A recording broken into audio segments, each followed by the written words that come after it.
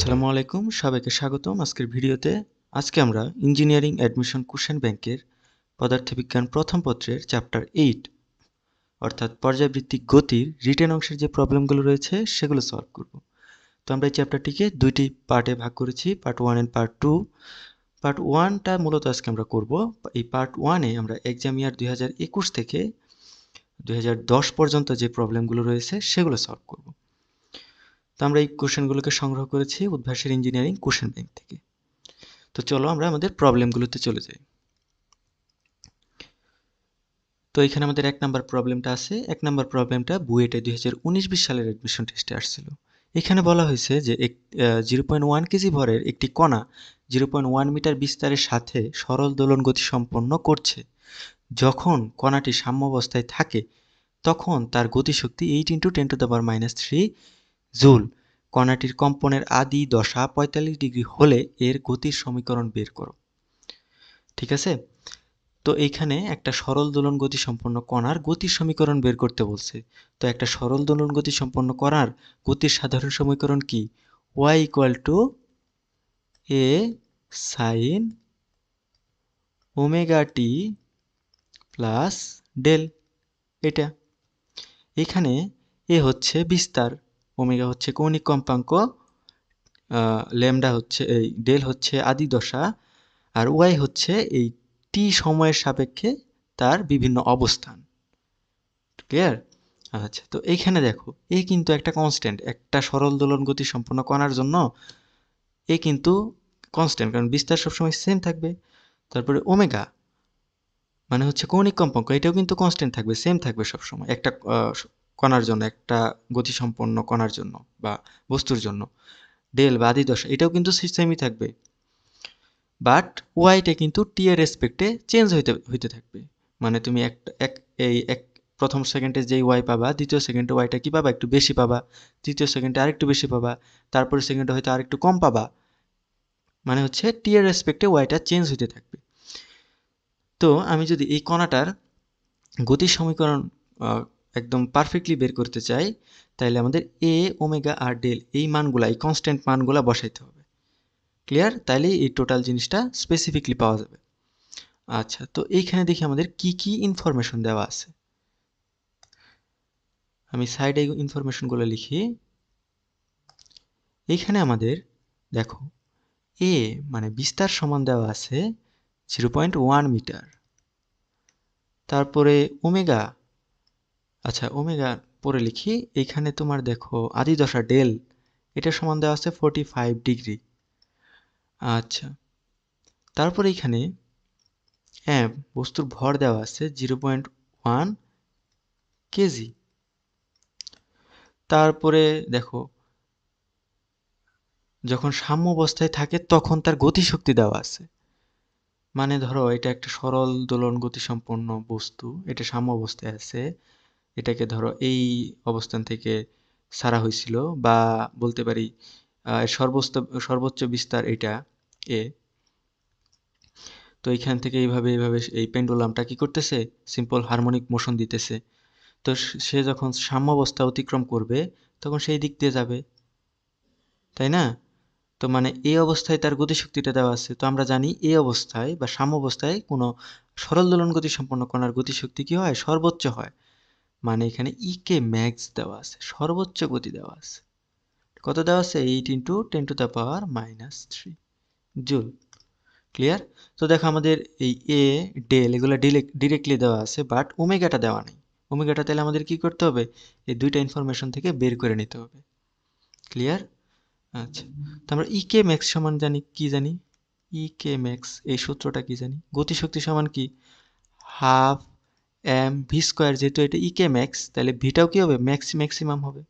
তাহলে V max whole square. V ম্যাক্সটা কত? আমরা জানি ভি ইকুয়ালস টু ω√এ² - তো ভি ম্যাক্সটা আমরা কোথায় পাই? সাম্যাবস্থায় পাই। সাম্যাবস্থায় সরণ কত? 0। তাহলে ভি ম্যাক্স সমান আমরা কি পাবো? ওমেগা এ, যেহেতু এক্স 0। তাহলে এইখান থেকে আমরা পাবো ভি ম্যাক্সের মানটা যদি বসাই, হাফ এম ω² এ²। এই জিনিসটা হচ্ছে আমাদের সর্বোচ্চ গতিশক্তি বা ইকেম্যাক্স, আরেকভাবে বললে এটা আমাদের সাম্যাবস্থায় গতিশক্তি। তো এটা সমান আমাদের দেওয়া আছে হাফ এম ওমেগা স্কোয়ার এ স্কোয়ার, এইটা সমান আমাদের দেওয়া আছে 8 ইন্টু 10⁻³ জুল। তো দেখো এখানে এ তুমি জানো, এম তুমি জানো, তাইলে ওমেগাটা বের করা যাবে না? তো এখান থেকে তুমি যদি ক্যালকুলেশন করো ওমেগাটা আসবে 4 রেডিয়ান পার সেকেন্ড। তো দেখো এখন আমি এ ডেল ওমেগা সব কিছুই জানি, তাইলে এগুলো যদি তুমি প্রথম ইকুয়েশনটাতে বসাও তাইলে পাবা y equal to 0.1 into sine omega কত বের করছি 4, তাহলে 40 প্লাস ডেল কত ছিল 45 মিনস π/4। এটা তো এটা হচ্ছে আমাদের ওই সরল দোলন গতি সম্পন্ন কণাটার গতির সমীকরণ, অ্যান্সার। তো আশা করি এই ম্যাথটা তোমরা বুঝতে পারছো। তো এর পরের প্রবলেমটাতে আমরা যাই। এটা হচ্ছে আমাদের 2 নাম্বার প্রবলেম। এই প্রবলেমটা কুয়েটে 2019-20 সালে আসছিল। এখানে বলা হয়েছে অভিকর্ষ ত্বরণ g equal to 9.8 metre per second square হলে, মানে সেকেন্ড স্কোয়ারের জন্য একটি সেকেন্ড দোলকের দৈর্ঘ্য নির্ণয় করো। অভিকর্ষ ত্বরণ 10% কমিয়ে উক্ত দোলকের দোলনকাল ঠিক রাখতে হলে দৈর্ঘ্যের কি পরিবর্তন হবে সেটাও নির্ণয় করো। দুইটা কোশ্চেন। অভিকর্ষ ত্বরণ একটা সেকেন্ড দোলকের অভিকর্ষ ত্বরণ 9.8 মিটার পার সেকেন্ড স্কোয়ার হলে এই সেকেন্ড দোলকটার দৈর্ঘ্য নির্ণয় করতে বলছে, আর অভিকর্ষ ত্বরণ 10% কমিয়ে যদি তুমি দোলকের দোলনকালটা ঠিক রাখো তাহলে দৈর্ঘ্যের পরিবর্তনটা কি করতে হবে সেটা বের করতে বলছে। তাহলে আমি ফার্স্ট পার্টটার অ্যান্সার আগে বের করি। তো দেখো আমরা এরকম সরল দোলকের দোলনকালের সাথে দৈর্ঘ্যের সম্পর্ক প্রকাশ করে এরকম একটা সূত্র পড়ছি না, সেটা কি টি ইকুয়াল টু 2π√L/g। এটা আশা করি সবার মনে আছে। তো এইখানে দেখো কি কি দেওয়া আছে। এইখানে তোমার টি দেওয়া আছে, যেহেতু সেকেন্ড দোলক তাহলে দোলনকাল 2 সেকেন্ড। তারপরে এখানে জিটা বলা আছে 9.8 মিটার পার সেকেন্ড স্কোয়ার। তারপরে এখানে আর কিছু লাগবে না, এখানে আমাদের এলটা বের করতে হবে, সরল দোলকের দৈর্ঘ্য বা কার্যকরী দৈর্ঘ্য। তো সবকিছু যদি এখানে বসাই, টি কত 2 সমান 2π√L কত বের করবো আমরা, এল জি কত 9.8। তো এখানে ক্যালকুলেশন করলে এলটা পাওয়া যাবা, এল এর মান আসবে 0.9929 মিটার, এটাকে সেন্টিমিটারে নিলে আসবে 99.29 সেন্টিমিটার। এইটাই হচ্ছে প্রথম পার্টটার অ্যান্সার। তারপরে এখন আসো 2 নাম্বারটায়। 2 নাম্বার পার্টে এখানে বলছে অভিকর্ষ ত্বরণ 10% কমিয়ে উক্ত দোলকের দোলনকাল ঠিক রাখতে অভিকর্ষ ত্বরণ কমিয়ে উক্ত দোলকের দোলনকাল ঠিক রাখতে হলে দৈর্ঘ্যের কি পরিবর্তন করতে হবে, মানে আমাদের টিটা কনস্ট্যান্ট রাখতে হবে। তো আমি এই ইকুয়েশনটা দেখি, টি ইকুয়াল টু 2π√L/g। এই ইকুয়েশনটা এটা, তো এটাকে একটু যদি অন্যভাবে লিখি তাহলে এভাবে লিখতে পারি √g ইন্টু টি, এটা সমান 2π√L। এখানে বলেই দিছে যে টি ঠিক রাখতে হবে, মানে টি কনস্ট্যান্ট, 2π কনস্ট্যান্ট। তাহলে এইখান থেকে আমরা কি দেখতে পাবো, জি এল এর সমানুপাতিক, তাই না? আচ্ছা, তো জি এল এর সমানুপাতিক হইলে জি বাড়লে এল বাড়বে, জি কমলে এল কমবে, জি যতটুকু কমবে এল ততটুকুই কমবে। তাহলে এখানে বলছে যে অভিকর্ষ ত্বরণ 10% কমিয়ে, তাহলে তুমি যদি অভিকর্ষ ত্বরণ 10% কমাও তাহলে এলও কত পার্সেন্ট কমাইতে হবে, 10% কমানো লাগবে, তাই না? তাহলে আমাদের দৈর্ঘ্য কত পার্সেন্ট কমানো লাগবে, 10% কমানো লাগবে। তাহলে দৈর্ঘ্য পরিবর্তন সমান আদি দৈর্ঘ্যের 10%। আদি দৈর্ঘ্য হচ্ছে 99.29, এটা 10% মানে ইন্টু 10/100, এইটা সমান আসবে 9.929 সেন্টিমিটার। তো লাস্টে বলে দিবা যে অভিকর্ষ ত্বরণ 10% কমিয়ে উক্ত দোলকের দোলনকাল ঠিক রাখতে হলে দৈর্ঘ্যের পরিবর্তন করতে হবে 9.929 সেন্টিমিটার। এটাই হচ্ছে অ্যান্সার। এখন আমরা 3 নাম্বার প্রবলেমটা সলভ করব। এটা বুটেক্সে 2019-20 সালের অ্যাডমিশন টেস্টে আসছিল। এখানে বলা হয়েছে 0.5 মিটার উচ্চতা হতে 2.5 কেজি ভরের একটি বস্তু একটি স্প্রিংয়ের উপর পতিত হলো। স্প্রিংয়ের বল ধ্রুবক 1950 নিউটন পার মিটার হলে স্প্রিংটি সর্বাধিক কতটুকু সঞ্চিত হবে নির্ণয় করো। তো আমরা আগে সিনারিওটা দেখি কি ঘটছিল এখানে। ধরলাম এটা হচ্ছে আমাদের স্প্রিংটা, ছিল। কি হয়েছে, স্প্রিংটার উপর একটা বস্তু পড়ছে। ধরলাম এই বস্তুটা হচ্ছে আমাদের এইটা, এই ব্লকটা আমাদের সেই বস্তুটা। দেখো তো বস্তুটা কত মিটার উচ্চতায় ছিল, 0.5 মিটার। তাহলে এইখান থেকে এইটুকু আমাদের কত দেওয়া আছে, 0.5 মিটার। আচ্ছা, এখানে আরেকটা জিনিস বলছে যে এই বস্তুটা যে পড়ছে এর ভর 2.5 কেজি।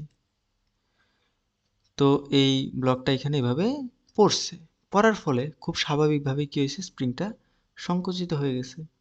এই রকম সংকুচিত হওয়ার পরে ব্লকটা এখানে আছে, এভাবে আছে জিনিসটা। তো দেখো তো এখানে এই স্প্রিংটা কতটুকু সংকুচিত হইল, এইটুকু, তাই না? আচ্ছা, তো ধরলাম এই সংকোচনের পরিমাণটা এক্স। তো এখানে কিন্তু আমাদের বের করতে বলছে কি, ওই সর্বাধিক কতটুকু সংকুচিত হবে সেটা। তো কি বের করতে হবে, এই এক্সটাই এখানে বের করতে হবে। ক্লিয়ার? আচ্ছা, তো আমাদের সিনারিওটা আমরা বুঝলাম। এখন চলো কনসেপ্টে চলে যাই। তো দেখো স্প্রিংটা সংকুচিত হওয়ার ফলে এর মধ্যে কিছু পরিমাণ বিভব শক্তি সঞ্চিত হয়েছে না? আমরা জানি যে কোনো স্প্রিং যদি সংকুচিত হয় তাইলে তার মধ্যে কিছু পরিমাণ বিভব শক্তি সঞ্চিত হয়। তো আমরা ওইটা ধরতেছি ইপি, ঠিক আছে?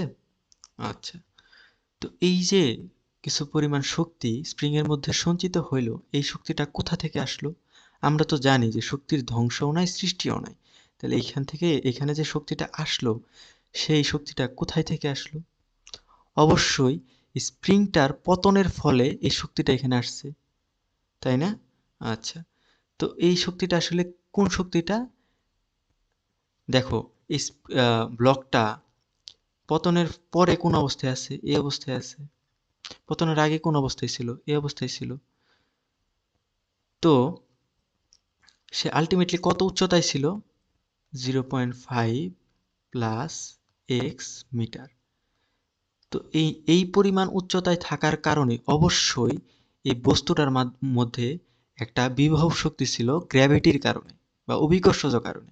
আমরা কি জানি যে কোনো কিছুকে তুমি যদি উপরে তোলো তাহলে তার মধ্যে কিছু কাজ করার সামর্থ্য তৈরি হয় বা বিভব শক্তি সঞ্চিত হয়।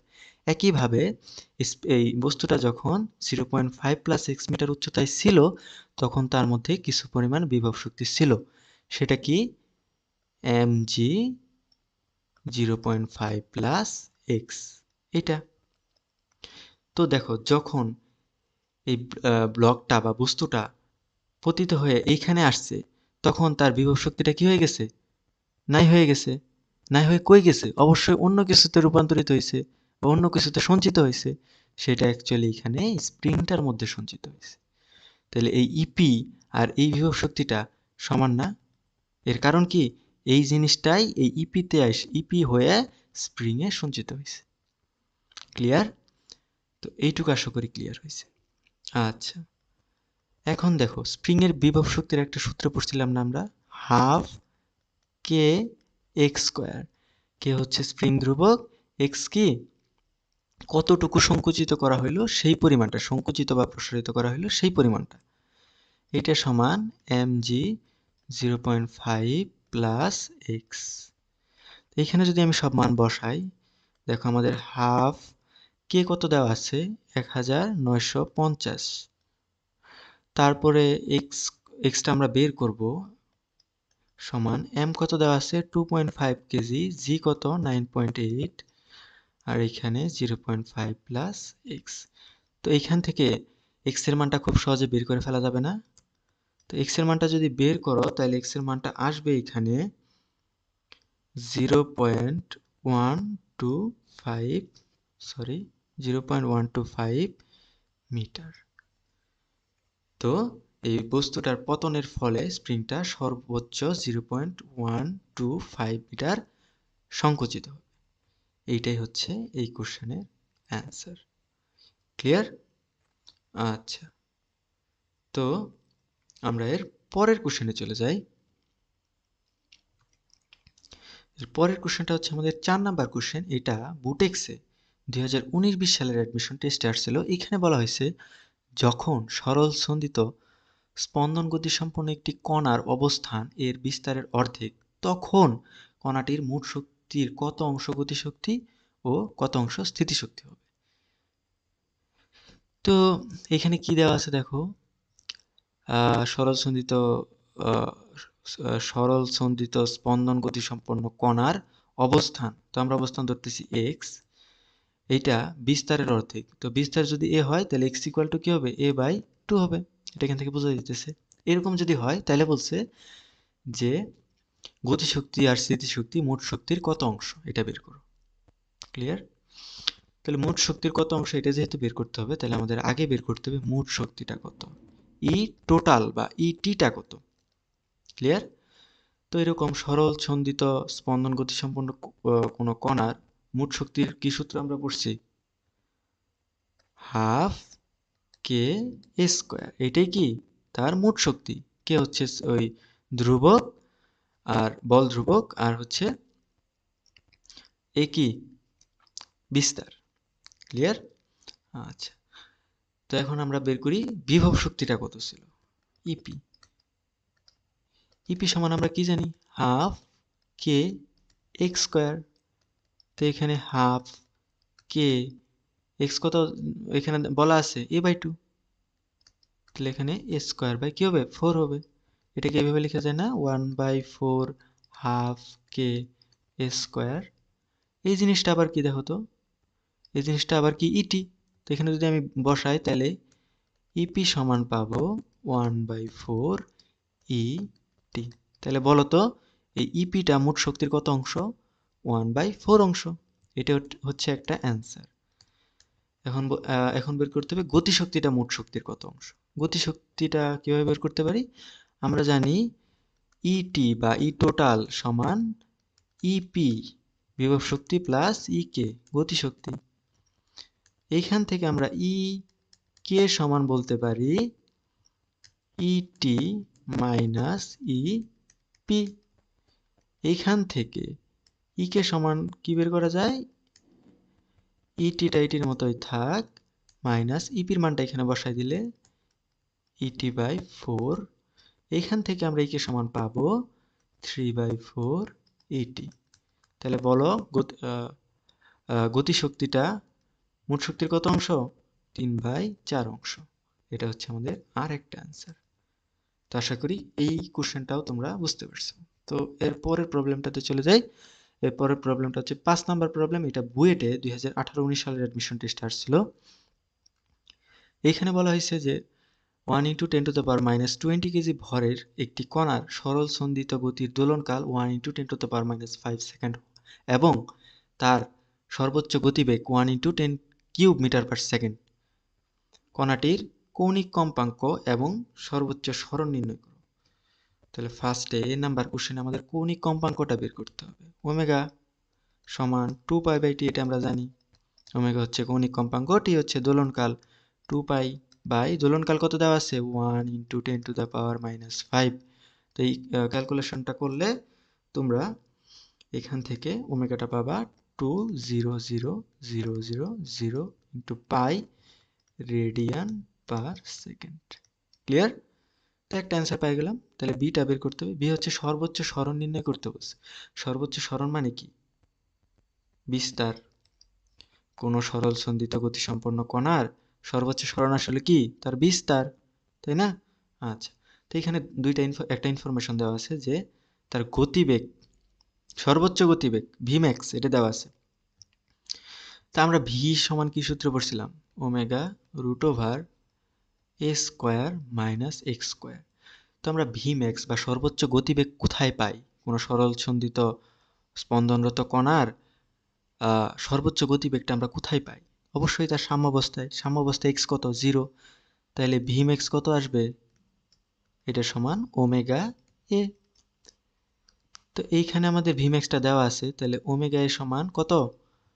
10 কিউব এটা বলা আছে, তাহলে এখান থেকে এটা বের করা যাবে না? এ সমান 10 কিউব বাই ওমেগা। ওমেগা কত? 2000000 পাই। এটা এটা আমরা এতে বের করছিলাম।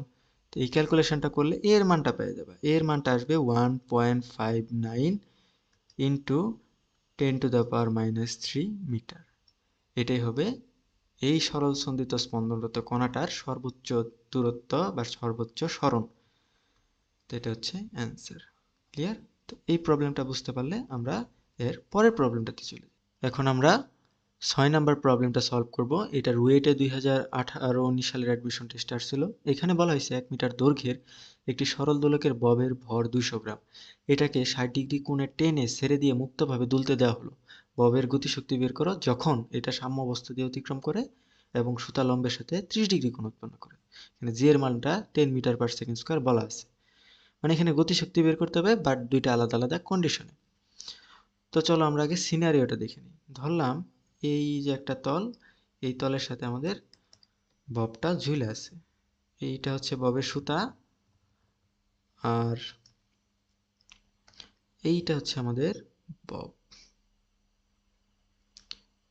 ঠিক আছে? তো আমি এই পয়েন্টটার নামকরণ করতেছি ও, আর এই পয়েন্টটার নামকরণ করতেছি এ। তো এটাকে আমরা 60 ডিগ্রি কোণে টেনে ছেড়ে দিছি, মানে এইখান থেকে এইভাবে 60 ডিগ্রি একটা অ্যাঙ্গেল ধরলাম, এটা আমাদের 60 ডিগ্রি অ্যাঙ্গেল, এইখানে এইভাবে টাইনে আমরা ছেড়ে দিছি। ঠিক আছে? তাহলে এই অ্যাঙ্গেলটা আমাদের 60 ডিগ্রি।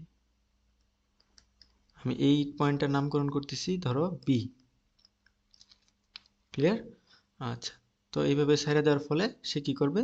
ববটা এদিকে একবার মুভ করবে, আবার এদিকে মুভ করবে, এইভাবে সে সিম্পল হারমোনিক মোশন দিতে থাকবে। ক্লিয়ার? আচ্ছা, এইখানে ববের ভর এম ইজ ইকুয়াল টু বলা আছে 200 গ্রাম বা 0.2 কেজি। তারপরে জি বা অভিকর্ষ ত্বরণ বলা আছে 10 মিটার পার সেকেন্ড স্কয়ার। এই জিনিসগুলো বলা আছে। তো আমাদের ফার্স্ট কোশ্চেনে বলা হয়েছে যেটা যখন সাম্য অবস্থা দিয়ে অতিক্রম করবে তখন তার গতিশক্তি বের করো। সাম্য অবস্থা দিয়ে সে কোন দিক দিয়ে অতিক্রম করবে? এই দিক দিয়ে। মানে সে যখন এই এ পয়েন্টটা দিয়ে যাবে তখন তার গতিশক্তি বের করতে বলছে। তো আমরা কিন্তু একটা জানি, এরকম সিম্পল হারমোনিক মোশনের ক্ষেত্রে সে যখন সর্বোচ্চ অবস্থানে থাকে বা সর্বোচ্চ বিস্তারে থাকে তখন তার টোটাল এনার্জিটাই কি? তার বিভব শক্তি বা সঞ্চিত শক্তি। আর সে যখন সাম্য অবস্থা দিয়ে যায় তখন তার টোটাল এনার্জিটাই কি? ই কে বা গতিশক্তি। তার মানে হচ্ছে এখানে যা ই কে যা, এখানে ইপি তাই। তার মানে আমি যদি ইপিটা বের করতে পারি তাহলে ই কেটা কি অটোমেটিকলি বের হয়ে যাবে। ক্লিয়ার? তো আমি এখন এই ইপিটা বা সর্বোচ্চ বিস্তার অবস্থানে এই ববের বিভব শক্তিটা বের করব। ক্লিয়ার? আচ্ছা, তো দেখো ববটা অ্যাকচুয়ালি শক্তি লাভ করছে কই থেকে? অভিকর্ষ বল থেকে, বা অভিকর্ষ বলের প্রভাবে যে তার ভিতরে যে শক্তিটা নিহিত হয়েছিল সেখান থেকে। দেখো আমি কি করছি, অ্যাকচুয়ালি ববটা ছিল কোথায়? ববটা ছিল হচ্ছে এইখানে কোনো একটা জায়গায়, এইখানে। আমি কি করছি, এটাকে এইভাবে টাইনে এই এতটুকু উপরে তুইলে, এই পয়েন্টটা যদি আমি নামকরণ করি হচ্ছে ডি, তাহলে আমি কি ডিবি পরিমাণ উপরে তুইলে ববটাকে কি করছি? ছেড়ে দিছি।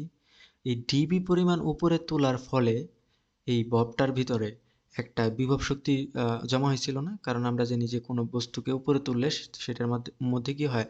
বিভব শক্তি জমা হয়। তো আমি যেহেতু এই ববটাকে এই এ থেকে বিতে নেওয়ার ফলে আলটিমেটলি আমি ডিবি পরিমাণ উপরে তুলছি, তো এর মধ্যে এই অভিকর্ষ বলের প্রভাবে একটা বিভব শক্তি জমা হয়েছে, তাই না? আচ্ছা, তো ওই বিভব শক্তিটার কারণেই কিন্তু এই ববটা রান করবে, মুভ করবে। আর এই বিভব শক্তিটাই কিন্তু এই ইপি, তাই না? আদারওয়াইজ তো এখানে অন্য কোনো শক্তি নাই। এই বিভব শক্তিটা ছাড়া আর কোনো শক্তি কি এখানে দেওয়া হয়েছে? আর কোনো ফোর্স কি এখানে দেওয়া হয়েছে? না, জাস্ট আমি টাইনা ধরে ছেড়ে দিছি। তো এই বিভব শক্তিটা এই ডিবি অবস্থানের পরিবর্তনের ফলে এই ববের মধ্যে যেই বিভব শক্তিটা নিহিত হয়েছে ওইটাই আসলে টোটাল এনার্জি, আর ওইটাই এখানে ইপি। ক্লিয়ার? তো আমাদের কি এই বিভব শক্তিটা বের করতে হবে। তো আমি যদি ডিবি জানি তাহলে কি করতে হবে, যে এমজিএইচ এর সূত্র দিয়ে আমি খুব সহজেই বিভব শক্তিটা পেয়ে যাব। তো আমাদের ডিবিটা আগে জানতে হবে। তো ডিবিটা আমরা বের করবো হচ্ছে সিম্পল ত্রিকোণমিতি অ্যাপ্লাই করে। দেখো আমি এই বিন্দু আর এই বিন্দু এই বিন্দু আর এই বিন্দু থেকে এই ও এর রেখার উপর একটা লম্ব আঁকলাম। ক্লিয়ার? আর এইটার নামকরণ করলাম হচ্ছে ধরো ই। তাহলে দেখো ত্রিভুজ ও ই বি একটা সমকোণী ত্রিভুজ, যেখানে ও বির মান কত 1 মিটার, কারণ এখানে বলা আছে যে 1 মিটার দৈর্ঘ্যের সরল দোলক। তাহলে এই সুতার দৈর্ঘ্য কত এখানে 1 মিটার। আচ্ছা, তা আমি যদি এখানে ত্রিকোণমিতি অ্যাপ্লাই করি তাহলে আমি এখান থেকে বলতে পারি যে ও ই সমান cos 60 ডিগ্রি ইন্টু ও বি, তাই না? আর ও বি এর মান কত 1 মিটার, তাহলে cos 60 ডিগ্রি ইন্টু 1। আচ্ছা, cos 60 ডিগ্রি মান কত হাফ, তাহলে ও এর মান কত পাইলাম আমরা হাফ। আমাদের লাগবে কি ডিবি, ডিবি আর এই সমান না, তাহলে এই যদি বের করতে পারি তাহলে তো ডিবি পেয়ে যাব। তাহলে দেখো আমি এই কিভাবে পাবো, এই সমান এই ও এ মাইনাস ও ই। ও এ কত, ও এ মানে তো হচ্ছে ভবের সুতা, সুতার দৈর্ঘ্য কত 1 মিটার, তাহলে ও এ হচ্ছে 1, আর ওইটা একটু আগে বের করলাম হাফ, তো এখান থেকে 1 থেকে হাফ গেলে কত থাকবে হাফ মিটার। তাইলে আমাদের ববটা কত মিটার উচ্চতায় তুলে ছাড়া হয়েছে আলটিমেটলি হাফ মিটার উচ্চতায়। ক্লিয়ার? তাহলে বিভব শক্তি কত হবে এখানে, ইপি সমান এম জি এইচ, এই সূত্র অ্যাপ্লাই করলে এখানে এম হচ্ছে 0.2, জি হচ্ছে 10, আর এইচ হচ্ছে হাফ বা 0.5। তো এখান থেকে ইপির মান পাবো কত 1 জুল। এটাকে একটু আলাদা করে রাখি। আচ্ছা, আর আমি আগেই বলছিলাম এই ইপি যা এই কে তাই, তাহলে সাম্যাবস্থায় গতিশক্তি কে সমান কত হবে, এই 1 জুলই হবে। ক্লিয়ার? আচ্ছা, তাহলে আমরা এর পরের অংশটা বের করি, 2 নাম্বারটা। এখানে বলছে যে গতিশক্তি বের করো, ববের গতিশক্তি বের করো যখন সুতা লম্বের সাথে 30 ডিগ্রি কোণ উৎপন্ন করে। মানে ববটা ধরো এই অবস্থানে এই সুতাটা 30 ডিগ্রি কোণ উৎপন্ন করছে। তো ববটা এখন কোথায় আছে, এইখানে আছে। এই কোণটা কত হবে 30 ডিগ্রি, তাই না? তো এই অবস্থায় গতিশক্তিটা বের করতে বলছে। আচ্ছা, আমি কিন্তু টোটাল এনার্জি জানি ববের কত 1 জুল। তাইলে আমি যদি এখন ববটার এই অবস্থানে বিভব শক্তিটা বের করতে পারি, আর ওই বিভব শক্তিটাকে যদি আমি টোটাল এনার্জি থেকে বিয়োগ দেই বা বাদ দিই, তাহলে কি পাবো আমি এই অবস্থায় গতিশক্তি পাবো, তাই না?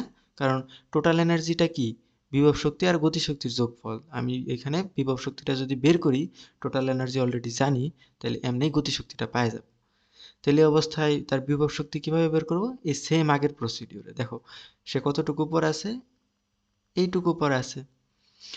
তো এইটুকু উপরে থাকলে তা আমাদের এই এই পরিমাণটুকু বের করতে হবে, সে কতটুকু উপরে আছে দেখি। তাহলে আমি আগের মতো এখান থেকে এখানে একটা লম্ব টানতেছি, আর এই পয়েন্ট দুইটার নাম দিতেছি ধরো এটা এফ, এটা জি। তাহলে আমাদের কি বের করা লাগবে, এ জি, এই এ জি এর মানটা বের করতে হবে। তাইলে আমি পেয়ে যাব যে ববটা এই অবস্থায় অ্যাকচুয়ালি কতটুকু উপরে আছে, তাইলে আমি এর এই অবস্থানে বিভব শক্তিটা পেয়ে যাব, তাই না? আচ্ছা, তো একইভাবে যে আগের মতোই আমরা এখানে ওই ত্রিকোণমিতি অ্যাপ্লাই করব। আমাদের এই ত্রিভুজ ও জি এফ একটা সমকোণী ত্রিভুজ, এখান থেকে ও জি সমান cos 30 ডিগ্রি ইন্টু এই ও এফ। ও এফ মানে কি, এই সুতা, সুতার দৈর্ঘ্য কত 1 মিটার, তাহলে এটা হবে ইন্টু 1। cos 30 ডিগ্রি মান কত √3/2। তাহলে আমাদের লাগবে কি এই এজি। এজি মানে কি ও এ মাইনাস ওজি। ও এ কত 1 মিটার, ওজি বের করছি কত √3/2। তাহলে এটা করলে কত আসবে, ক্যালকুলেটারে যদি করো 1 মাইনাস, আমি আমার ক্যালকুলেটারে করতেছি, 1 মাইনাস রুট 3/2 করলে এখানে আসবে এটা সমান আসবে 0.134 মিটার, 0.134 মিটার। ক্লিয়ার? তাহলে আমি এজি পাইছি। তো এই অবস্থায় আমি বিভব শক্তিটা বের করতে পারবো না। এফ অবস্থানে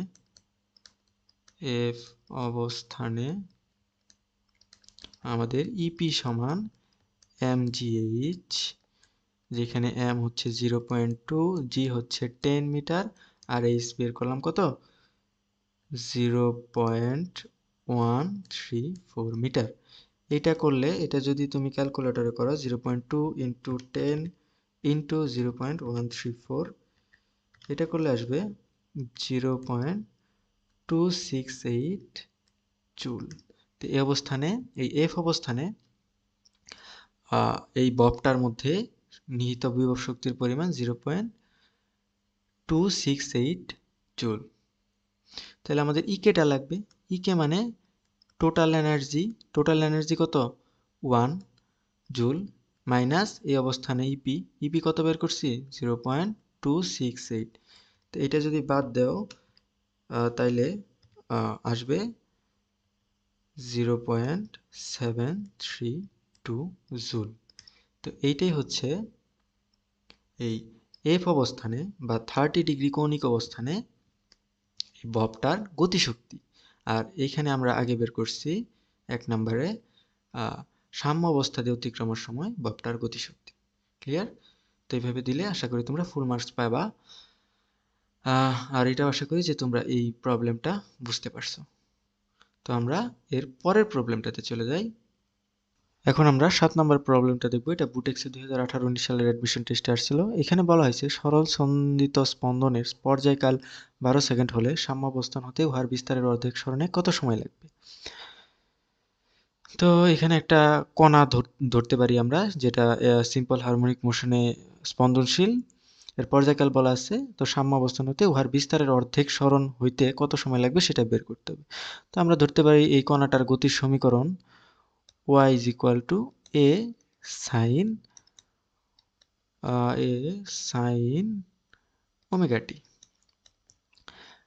আর ধরলাম এর আদি দশা শূন্য, মানে সে একদম সাম্যাবস্থান থেকে তার দোলন শুরু করছে। ক্লিয়ার? আচ্ছা, তো এটা যদি তার গতির সমীকরণ হয়, তো এখানে এ হচ্ছে তার বিস্তার, ওমেগা হচ্ছে তার কৌণিক কম্পাঙ্ক, আর ওয়াই হচ্ছে টি সময় পরে তার সরণ। তো এখানে ওয়াই সমান কি বলা আছে, বিস্তারের অর্ধেক সরণ বলছে, তাহলে এ যদি হয় বিস্তার, তাহলে ওয়াই হবে কি, a/2। তারপরে এখানে আমাদের এ তো ই, আর ওমেগাটা কত, কৌণিক কম্পাঙ্কটা দেখুন, পর্যায়কাল টি বলা আছে, টি ইকুয়াল টু 12 সেকেন্ড। তাহলে ওমেগা সমান কি জানি আমরা, 2π/t। তাহলে এখানে হবে 2π/12 বা π/6। আচ্ছা, তো এইখানে যদি আমি সবগুলা ডাটা বসাই দিই, তাহলে ওয়াই হচ্ছে আমাদের a/2 equal to a sine omega হচ্ছে π/6t, এইটা। তো এ কাটা, তো এখান থেকে π/6t, এটা সমান সাইন ইনভার্স 1, তো হাফ, সাইন হাফ মানে কত, π/6t, এটা সমান সাইন হাফ মানে কত, 30 ডিগ্রি, মানে কি π/6। তাহলে এই π/6 এই π/6 কাটা, তো এখান থেকে t সমান কত পাবা, 1 সেকেন্ড। এটি অ্যান্সার। লাস্টে বলে দিতে হবে যে সাম্য অবস্থান হতে উহার বিস্তারের অর্ধেক সরণের সময় 1 সেকেন্ড। আচ্ছা, তো এটা যদি ক্লিয়ার হয়ে থাকে তাহলে আমরা আবার পরের প্রবলেমটাতে যাই। আমরা এটা 8 নাম্বার প্রবলেম দেখতেছি। এখানে এটা বুটেক্সে 2018-19 সালের অ্যাডমিশন টেস্টে আসছিল। এখানে বলা হয়েছে যে এই সমীকরণ থেকে কৌণিক কম্পাঙ্কের মান বের করো।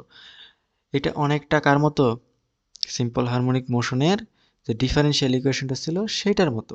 ওটা আমরা কি জানি, d² x/, D T square plus omega square x square equal to 0। এটা ছিল আমাদের ওই সরল সন্ধিত স্পন্দনরত কোন কণার গতির ডিফারেনশিয়াল ইকুয়েশন।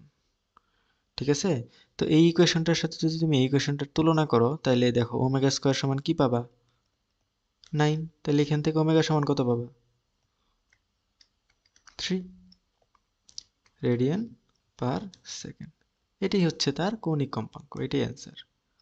খুবই সহজ একটা প্রবলেম। তো আমরা এখন 9 নাম্বার প্রবলেমটা সলভ করব। 9 নাম্বার প্রবলেমটা বুয়েটে 2017-18 সালের অ্যাডমিশন টেস্টে আসছিল। এখানে বলা হয়েছে একটি সেকেন্ড দোলক ঘড়ি পাহাড়ের পাদদেশে ঠিক সময় দেয়, কিন্তু পাহাড়ের চূড়ায় উঠলে 2 ঘন্টায় 8 সেকেন্ড সময়ের পার্থক্য দেখায়। পৃথিবীর ব্যাস এত হলে পাহাড়ের উচ্চতাটা নির্ণয় করো, আর পাহাড়ের চূড়ায় সঠিকভাবে কাজ করতে হলে দোলকের দৈর্ঘ্য কত পার্সেন্ট পরিবর্তন করতে হবে সেটা বের করতে বলছে। তো এই প্রবলেমটা সলভ করতে গেলে আমাদের যে সূত্রটা বারবার লাগবে সেটা হচ্ছে T equal to 2 pi root over L by G, এই সূত্রটা। ঠিক আছে, ফার্স্টে আমরা দেখি যে পাহাড়ের পাদদেশে সে সঠিক সময় দেয়, মানে হচ্ছে সেকেন্ড দোলকটা পাহাড়ের পাদদেশে তার দোলনকাল দেয় কত? 2 সেকেন্ড করে। বাট পাহাড়ের চূড়ায় নিয়ে গেলে এই সেকেন্ড দোলকটা 2 ঘন্টায় 8 সেকেন্ড সময়ের পার্থক্য দেখায়। তো এখন 8 সেকেন্ড সময় পাহাড়ের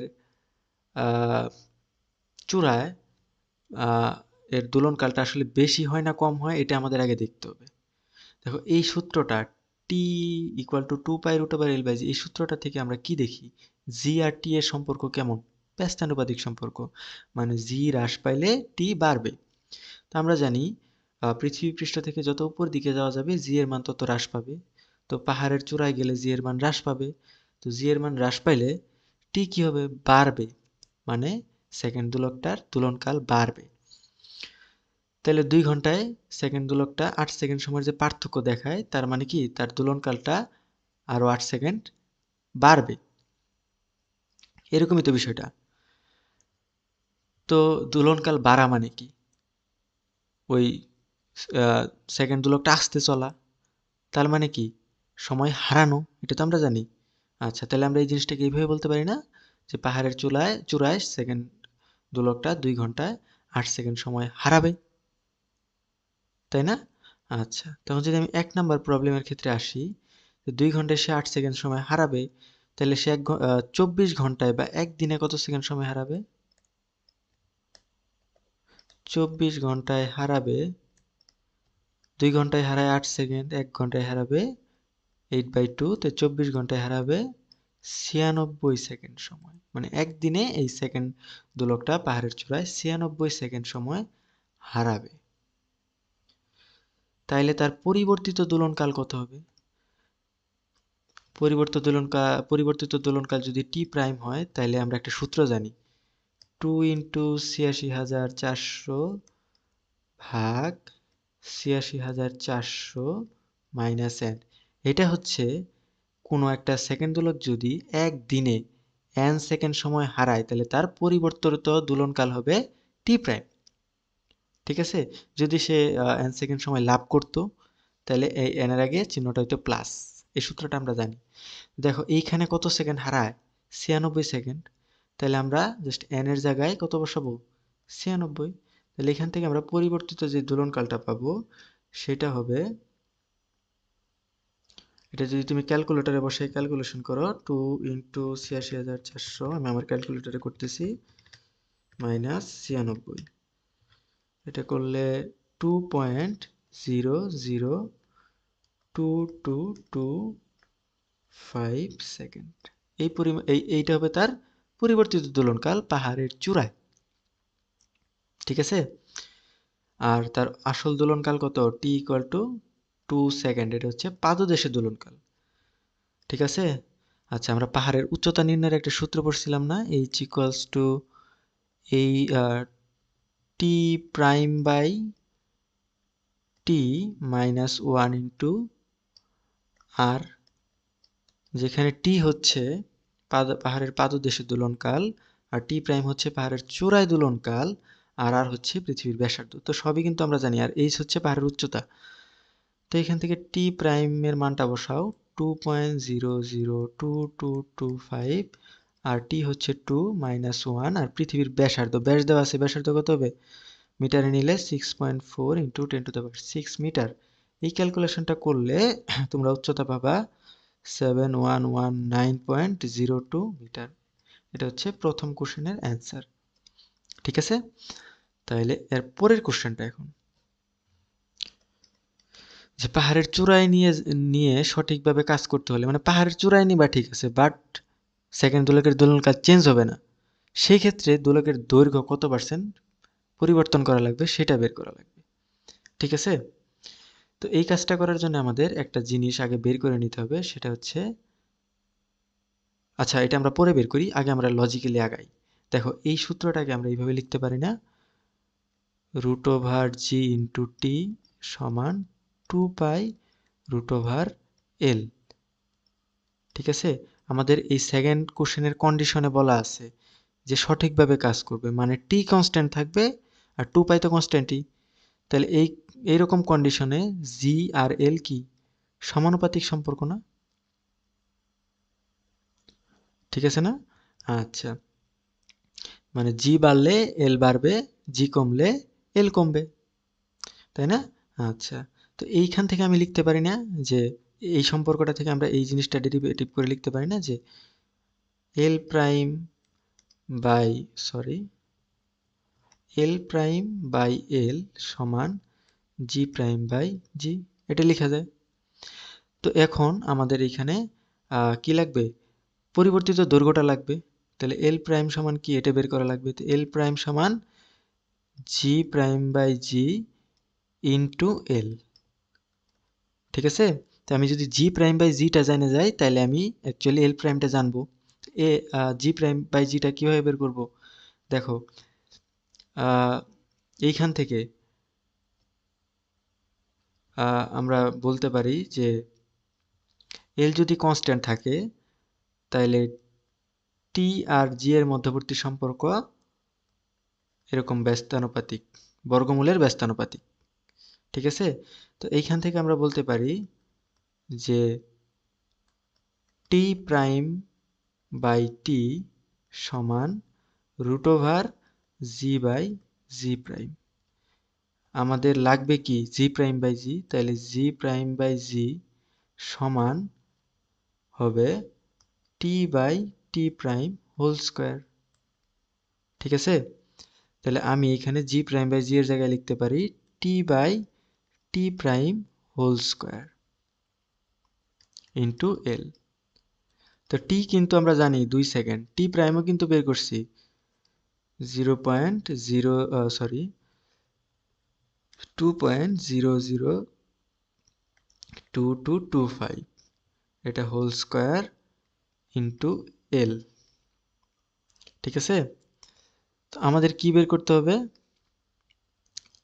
এই মানটা বের করতে হবে। তো ক্যালকুলেটরে বসাই দাও, 2/2.00225 হোল স্কোয়ার, এটা আসবে আমাদের সমান 0.9978 ইন্টু এল। তাহলে পরিবর্তিত দৈর্ঘ্য হচ্ছে আমাদের 0.9978 ইন্টু এল। কিন্তু আমাদের কি বের করতে বলছে, যে এই পরিবর্তিত কতটুকু পরিবর্তন করা লাগবে, আমরা বের করছি কি পরিবর্তিত দৈর্ঘ্য। তো কতটুকু পরিবর্তন করা লাগবে, আগে ছিল হচ্ছে তোমার, দেখো এটা কিন্তু কমছে অ্যাকচুয়ালি, আমরা বুঝতে পারতেছি এল কে তুমি জিরোর চেয়ে ছোট একটা সংখ্যা দিয়ে ভাগ দিছো, তাহলে এল প্রাইমটা কি ছোট হবে, তাহলে পরিবর্তন কি হবে এল মাইনাস এল প্রাইম। তো এটা সমান কি হবে, এল হচ্ছে এলই থাকলো, এল প্রাইম কি 0.9978 এল।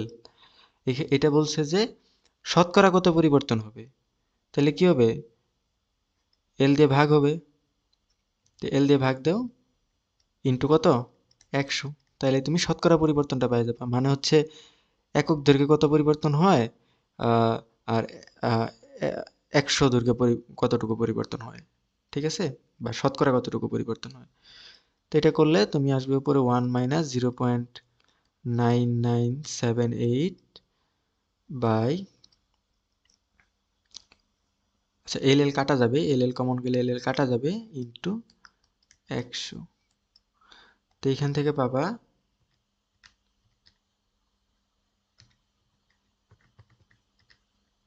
যে এই পরিবর্তনটা আসবে 0.22209877%। এটাই হচ্ছে অ্যান্সার।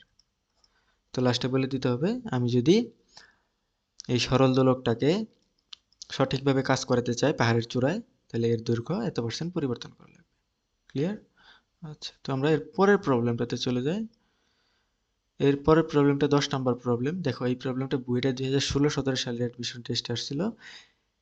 এই প্রবলেমটা আমরা সলভ করছি আমাদের মহাকর্ষ অভিকর্ষ চ্যাপ্টারটা যে ছিল, চ্যাপ্টার 6 এর 2 নাম্বার প্রবলেমে। ওই ভিডিওটা আমাদের দেওয়া আছে, তোমরা কাইন্ডলি ওই ভিডিওটা থেকে এই প্রবলেমের সলভিংটা দেখে নিবা। ঠিক আছে, তো আমি এটা আর করতেছি না, এটা হচ্ছে আমাদের ওই চ্যাপ্টারের অংশ, বা ওই চ্যাপ্টারে একবার করা হয়েছে। ঠিক আছে, আচ্ছা তাহলে আমরা এর পরের প্রবলেমটাতে চলে যাই।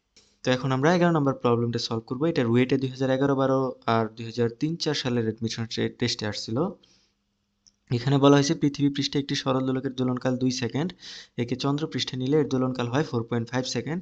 পৃথিবীর ভর ও চন্দ্রের ভর অনুপাত 81 হলে পৃথিবীর ব্যাসার্ধ ও চন্দ্রের ব্যাসার্ধের অনুপাত নির্ণয় করো। তো সরল দোলকের দোলনকাল চন্দ্র পৃষ্ঠে আর পৃথিবী পৃষ্ঠে দেওয়া আছে, পৃথিবীর ভর আর চন্দ্রের ভরের অনুপাত দেওয়া আছে। এখান থেকে পৃথিবীর ব্যাসার্ধ আর চাঁদের ব্যাসার্ধের অনুপাতটা বের করা লাগবে। তো এই ম্যাথটা করতে আমাদের এই সূত্রটাই লাগবে, টি ইকুয়াল টু 2π√L/g। ঠিক আছে, এই সূত্রটা যদি আমি পৃথিবীতে সরল দোলকটার দোলনকালের জন্য প্রয়োগ করি, তাহলে এটাকে এইভাবে লেখা যায়, টিই মানে হচ্ছে আর্থের দোলনকাল ইকুয়াল টু 2π√L/GE। জি মানে হচ্ছে পৃথিবীর অভিকর্ষ ত্বরণ, আর এল মানে হচ্ছে সরল দোলকের কার্যকরী দৈর্ঘ্য। আর এই সূত্রটাই যদি আমি ওই চন্দ্রের দোলনকালের জন্য প্রয়োগ করি, তাহলে এটাকে এভাবে লেখা যায়, টিএম মানে হচ্ছে মৌনে দোলনকাল, এটা সমান 2π√L/GM। জিএম মানে হচ্ছে চাঁদের অভিকর্ষ ত্বরণ, আর এল তো পৃথিবীতে যা, চাঁদেও তাই। ঠিক আছে, তো আমি যদি ফার্স্ট ইকুয়েশনকে সেকেন্ড ইকুয়েশনটা দ্বারা ভাগ করি, তাহলে এখান থেকে পাবো টিই/টিএম সমান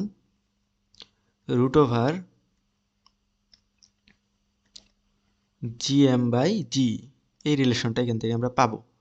ঠিক আছে, এখন আমরা এখানে এই জিএম আর জি কে এদের মান দ্বারা প্রতিস্থাপন করার চেষ্টা করব। আমরা জিএম আর জির মান বের করতে পারি না, একদম বেসিক সূত্র দিয়ে, জি ইকুয়াল টু কি, GM/r²। তো এটা যদি পৃথিবীর জন্য হয় তাহলে জি, আর এখানে এই বড় ক্যাপিটাল জিটা হচ্ছে ইউনিভার্সাল কনস্ট্যান্ট, এম হচ্ছে পৃথিবীর ভর, আর আর এখানে আরেকটু স্পেসিফিক করে দিলাম, এটা মানে হচ্ছে পৃথিবীর ব্যাসার্ধ। ঠিক আছে, তো একইভাবে যদি আমি চাঁদে এই অভিকর্ষ ত্বরণটা বের করতে চাই, তাহলে কি হবে, GM is equal two G into চাঁদের ভর। চাঁদের ভর কিন্তু এখানে বলা আছে, দেখো পৃথিবীর ভর আর চাঁদের ভরের অনুপাত 81, তাহলে চাঁদের ভর কত, পৃথিবীর ভরের 81/1 মানে m/81, আর নিচে আর m² মানে চাঁদের ব্যাসার্ধ স্কোয়ার।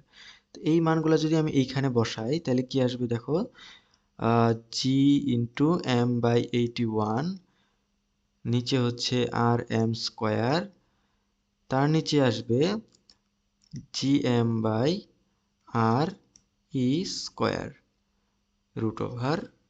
পুরোটার উপরে। ঠিক আছে, তো এইখান থেকে তুমি পাবা এই টোটাল ক্যালকুলেশন, এই টোটাল ক্যালকুলেশনটা যদি করো, তাহলে এইখান থেকে পাবা RE/RM সমান TE/TM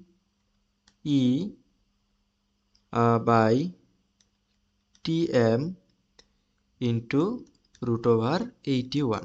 এই টোটাল ক্যালকুলেশনটা যদি তুমি করো, তাহলে সিম্পলিফাই করার পরে ফর্মটা এরকম আসবে। ঠিক আছে, তো আমাদের অ্যাকচুয়ালি তো এটাই লাগবে, RE/RM। তো এইখান থেকে যদি তুমি টিই আর টিএমটা বসায় দাও, টি কত 2 সেকেন্ড বলা আছে, টিএম কত দেখো 4.5 সেকেন্ড বলা আছে, এটার সাথে √81 গুণ অবস্থায় আছে। তো এটা করলে এখান থেকে অ্যান্সারটা আসবে 4।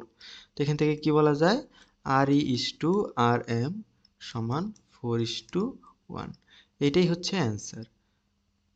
তো লাস্টে বলে দিতে হবে যে পৃথিবীর ব্যাসার্ধ ও চন্দ্রের ব্যাসার্ধের অনুপাত 4:1। ক্লিয়ার?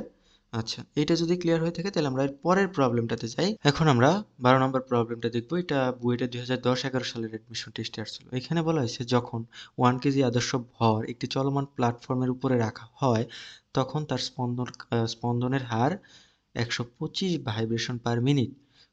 কোন অজানা ভরের জন্য স্পন্দনের হার 243 ভাইব্রেশন পার মিনিট হবে?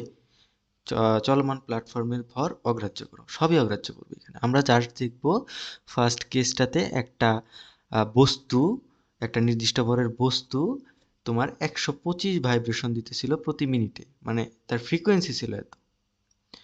আর সেকেন্ড কেসে বলছে যে নতুন কোনো একটা বস্তু একই জায়গায় ভাইব্রেশন দিতেছে কত? 243টা। ঠিক আছে, বা তার ফ্রিকোয়েন্সি 243 হার্জ বলতে পারো এটাকে। ঠিক আছে, আচ্ছা। তো ওই নতুন বস্তুটার ভর বের করতে হবে আমাদের। ঠিক আছে, তো এইখান থেকে আমরা আগে দুইটা জিনিস বের করে নিতে পারি। দেখো এখানে আগে বের করে নিই, তাহলে সুবিধা হবে। এইখানে ফার্স্ট কেজে এই প্রথম বস্তুটার ভাইব্রেশনের হার বলা আছে, স্পন্দনের হার বলা আছে 125 ভাইব্রেশন পার মিনিট। এখান থেকে আমরা স্পন্দন কাল বা পর্যায়কালটা বের করতে পারি। কিভাবে? দেখো আমাদের পর্যায়কালের বেসিকটা কি ছিল, যে একটা পূর্ণ কম্পন দিতে যত সময় লাগে। তো দেখো এখানে 125 ভাইব্রেশন দিতে সময় লাগে কয় মিনিট? 1 মিনিট। তাহলে একটা ভাইব্রেশন দিতে কত মিনিট লাগে? 1/125 মিনিট। ওইটাই তো আমাদের দোলনকাল এই প্রথম বস্তুটার জন্য, তাই না? তাহলে এখান থেকে যদি আমি প্রথম বস্তুটার জন্য দোলনকাল T1 বিবেচনা করি, তাহলে T1 সমান আসবে 1/125 মিনিট। আর T2টা আসবে একইভাবে 1/243 মিনিট। ঠিক আছে, আচ্ছা। এখন আমরা একটা সূত্র পড়ছিলাম, সেটা হলো T ইকুয়াল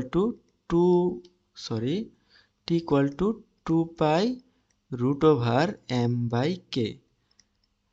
অন্যান্য ক্ষেত্রে আমরা ইউজ করতেছিলাম 2 পাই √l/g, বাট এটাকে এভাবে লেখা যায় 2 পাই √m/k। এটা একটা সূত্র। তো এটা যদি আমি ফার্স্ট কেজে অ্যাপ্লাই করি প্রথম বস্তুটার জন্য, তো প্রথম বস্তুটার দোলনকাল ছিল কত? T1। এটা সমান 2 পাই ধরলাম প্রথম বস্তুর ভর m1, আর কে তো কনস্ট্যান্টই সব জায়গায়, ওই চলমান প্ল্যাটফর্মের জন্য আর কি। ওই চলমান প্ল্যাটফর্ম তো একটা নির্দিষ্ট কন্ডিশনে সে কি করতেছে, কাঁপাইতেছে প্রত্যেকটা বস্তুকে। তো ওই কন্ডিশনের জন্য তো কে কনস্ট্যান্টই হবে, তাই না? আচ্ছা, তো তুমি যদি টি এই দ্বিতীয় কেজের জন্য তুমি এই সূত্রটা প্রয়োগ করো, তাহলে আসবে কি T2, মানে দ্বিতীয় বস্তুটার জন্য দোলনকাল ইজ ইকুয়াল টু 2 পাই √, ধরলাম দ্বিতীয় বস্তুটার ভর হচ্ছে m2, যেটা আমরা বের করব, আর কে তো কনস্ট্যান্টই আগে বললাম।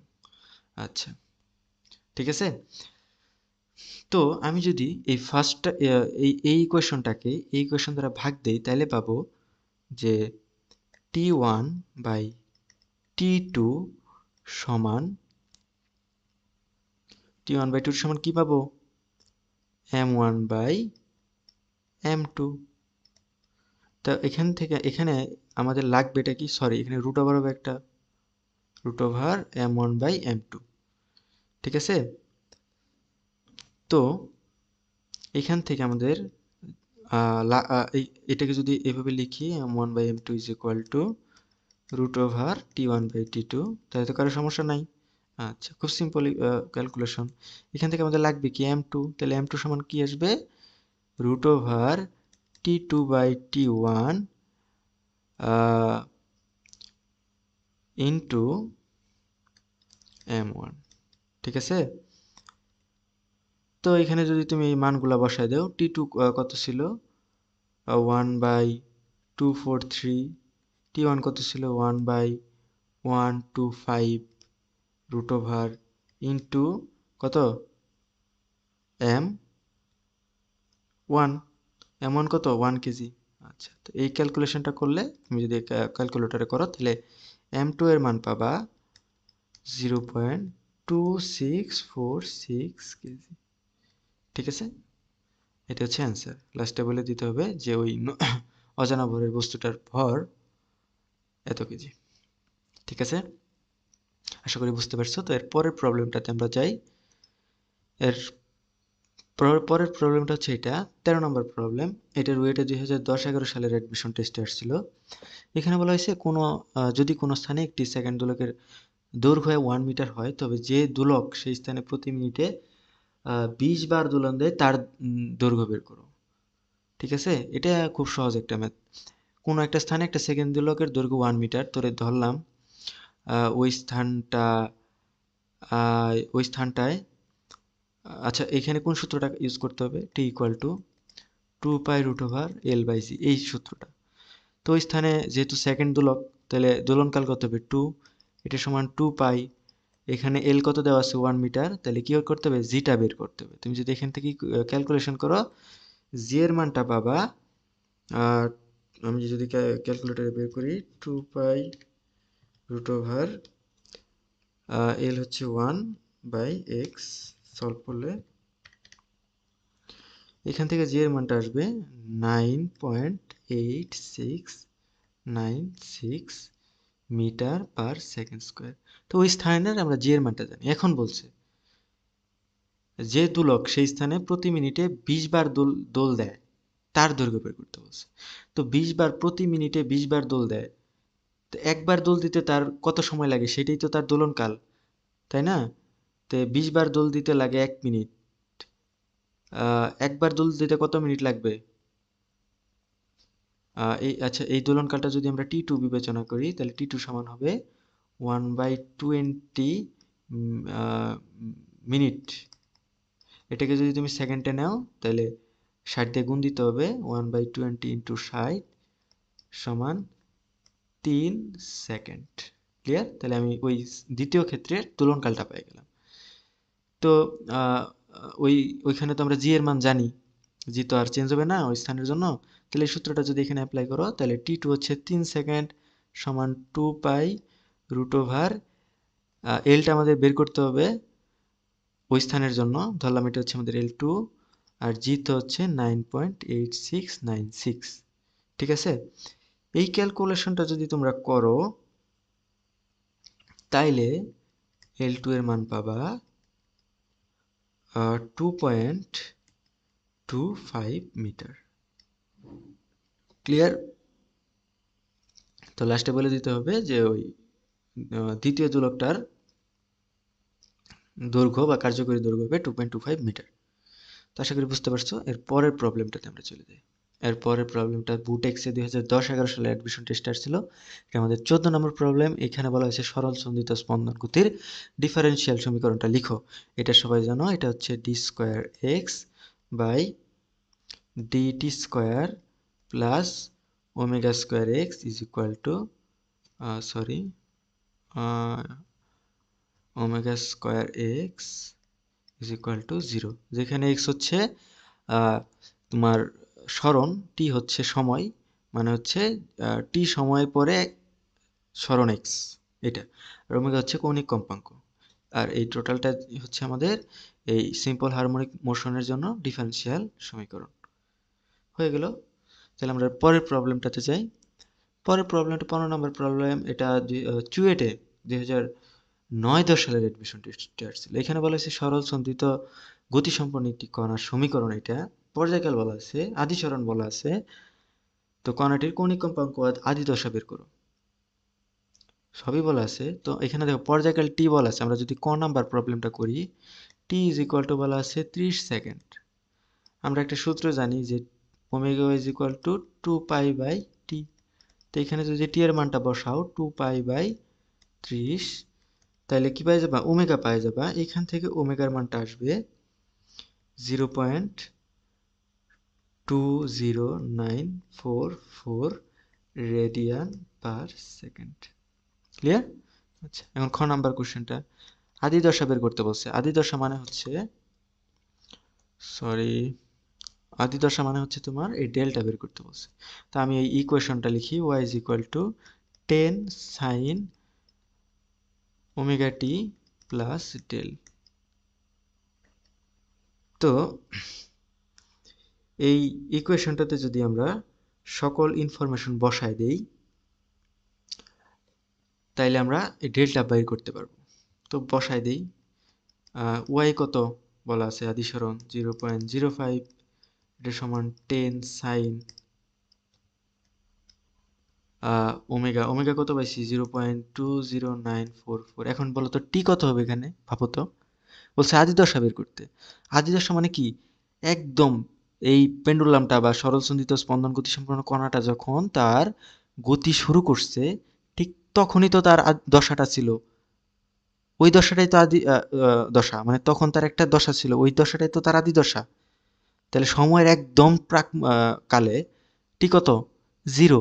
তাহলে মানে কি আদি দশা বের করতে গেলে আমাদের সময়টা কি হবে, 0 ধরতে হবে বা 0 নিতে হবে। তাহলে এখানে টি হচ্ছে 0 আর প্লাস ডেল। তো এই ইকুয়েশনটা যদি তুমি সলভ করো ডেলের মানটা ইজিলি পাই যাবা। ডেল ইজ ইকুয়াল টু আসবে 0.287 ডিগ্রি। এটি হচ্ছে অ্যান্সার। ক্লিয়ার? আচ্ছা, আশা করি বুঝতে পারছো। তো আমরা এর পরের প্রবলেমটাতে চলে যাই। এটা আমাদের 16 নম্বর প্রবলেম। রুয়েটে 2009, 10, 2006, 7 আর চুয়েটে 2004-5 সালের অ্যাডমিশন টেস্টে আসছিল। এখানে বলা হয়েছে একটি সেকেন্ড দোলকের দৈর্ঘ্য রাজশাহীতে 15 সেন্টিমিটার, চট্টগ্রামে 100 সেন্টিমিটার। এটা হচ্ছে তোমার একটা সেকেন্ড দোলক, আহ, যেটার দৈর্ঘ্যটা তোমার ভ্যারি করে আর কি। হ্যাঁ, মানে রাজশাহীতে একটা হয়, চট্টগ্রামে একটা হয়। এর কারণ হচ্ছে যাতে দোলকটার দোলনকাল ঠিক রাখা যায়। ঠিক আছে। আর এখানে বলছে কোন বস্তু ওজন রাজশাহীতে এত হলে চট্টগ্রামে হওয়ার ওজন কত। ক্লিয়ার? এই কোশ্চেনটা আশা করি বুঝতে পারছো। এখানে ওই আবার এই সূত্রটা ব্যবহার করতে হবে, টি ইজ ইকুয়াল টু 2π√L/g। তো এখানে আমাদের ওজনের সাথে সম্পর্ক, তাইলে আমাদের, আচ্ছা ফার্স্টে আমরা এইভাবে যাই যে রাজশাহীতে এই সূত্রটা প্রয়োগ করি। তাহলে রাজশাহীতে দোলনকাল হচ্ছে আমাদের ধরলাম, আচ্ছা দেখো তো সেকেন্ড দোলক, এই দোলনকাল তো ঠিক রাখার জন্যই তো এত কষ্ট করতে হইতেছে আমাদের, তাই না? তো দোলনকাল যদি ঠিক থাকে তাইলে টি টি রাখলাম, কারণ রাজশাহীতে যেই দোলনকাল চট্টগ্রামে সেই দোলনকাল, এই জন্য তো আমরা এই দৈর্ঘ্যগুলো হ্রাস বৃদ্ধি করছি। আচ্ছা তাহলে টি টি রাখলাম, এখানে 2π√L পরিবর্তন করছি। তো রাজশাহীতে আমাদের এল ধরলাম এল আর জি ধরলাম জি আর। একই সূত্র যদি আমি চট্টগ্রামে প্রয়োগ করি, টি তো টি থাকবে, 2π√, এখানে আসবে তোমার এল সি মানে চট্টগ্রাম, আর জি সি মানে চট্টগ্রামের অভিকর্ষ ত্বরণ। ঠিক আছে। ফার্স্ট ইকুয়েশনটাকে যদি সেকেন্ড ইকুয়েশন দ্বারা ভাগ দাও তাহলে এখান থেকে পাবা, এখান থেকে আসবে তুমি এরকম পাবা যে জি আর বাই জি সি সমান এল আর বাই এল সি, এই রিলেশনটা পাবা এইটাকে এটা দিয়ে ভাগ দিলে। ঠিক আছে। তো আমাদের ওজন নিয়ে কথা আর কি। রাজশাহীতে ওজন দেওয়া আছে, চট্টগ্রামে ওজন বের করতে হবে। তো এখানে তো আমরা জি পাইছি, তো ওজনটা কিভাবে আনতে পারি আমরা, আমি যদি এই এই রিলেশনটার ফার্স্ট লেফট সাইডে লব আর হরে এম গুণ দেই তাহলে কি হবে, এম ইন্টু জি আর, উপরে যেহেতু এম গুণ দিচ্ছি তাহলে নিচেও এম গুণ দিতে হবে, যাতে এম এম কাটা যায় আগেরটাই থাকে। এম ইন্টু জি সি এটা সমান এল আর বাই এল সি। এটা তো কারো কোনো অসুবিধা থাকার কথা না। আচ্ছা, তো ভরের সাথে ত্বরণ গুণ করলে কি হয়, ওজন পাই। তে রাজশাহীর ত্বরণের সাথে যদি ভর গুণ করি তাহলে রাজশাহীর ওজন পাবো না। তাহলে রাজশাহীর ওজন ধরলাম আমাদের ডাব্লিউ আর, আর নিচে চট্টগ্রামের ত্বরণের সাথে আমরা ভর গুণ করছি, তাহলে ওজনটা কিসের জন্য পাবো, চট্টগ্রামের জন্য। তাহলে এটা ধরলাম ডাব্লিউ সি, এটা সমান এল আর বাই এল সি। আমাদের বের করতে বলছে কার, চট্টগ্রামের জন্য, মানে ডাব্লিউ সি। তাহলে W C is equals to হবে ডাব্লিউ আর ইন্টু কি হবে, W C equal to W R into L C by L R. এদিকে যদি মানগুলো বসাই দাও, ডাব্লিউ আর কত দেওয়া, রাজশাহীতে ওজন, ওজন তোমার এত গ্রাম ওয়েট দেওয়া, মানে হচ্ছে ওজন এই মানে এখানে টোটাল ওই ত্বরণ গুণ করেই বলা আছে। তোমরা এইগুলো দেখে অনেকে কনফিউজড হয়ে যাও যে এখানে গ্রাম দেওয়া, ওয়েট দেওয়া, তো এটা কি আসলে ভর ধরবো না ওজন ধরবো, কোনটা কি? এটা অ্যাকচুয়ালি ওজনই বলা আছে, ঠিক আছে? তাহলে যেহেতু ওজনই বলা আছে, তাহলে এখানে ডিরেক্টলি কি হবে, 95 আসবে। আর এলসি মানে হচ্ছে চট্টগ্রামের দৈর্ঘ্য, তাহলে 100 ভাগ রাজশাহীতে দৈর্ঘ্য কত, 95। 95 কাটা যাবে, এখানে থাকবে হচ্ছে 100 গ্রাম ওয়েট, ঠিক আছে? এটা হবে আমাদের এই সরল দোলক, এই সেকেন্ড দোলকটার চট্টগ্রামে ওজন। ক্লিয়ার? এটা অ্যান্সার। তো আমরা এর পরের প্রবলেমটা দেখি। এর পরের প্রবলেমটা আমাদের 17 নাম্বার প্রবলেম। এইটা প্রবলেম কিনা জানি না। এখানে বলা হয়েছে যে বুটেক্স, এটা বুটেক্স 2009-10 সালের অ্যাডমিশন টেস্ট আসছিল। এইটাই মনে হয় পড়ার মতো, এই ম্যাথটার। বুটেক্স 2009-10 সালে আসছিল। তারপরে এখানে বলছে যে সেকেন্ড দোলকের দোলনকাল কত। এটা না করে দেই।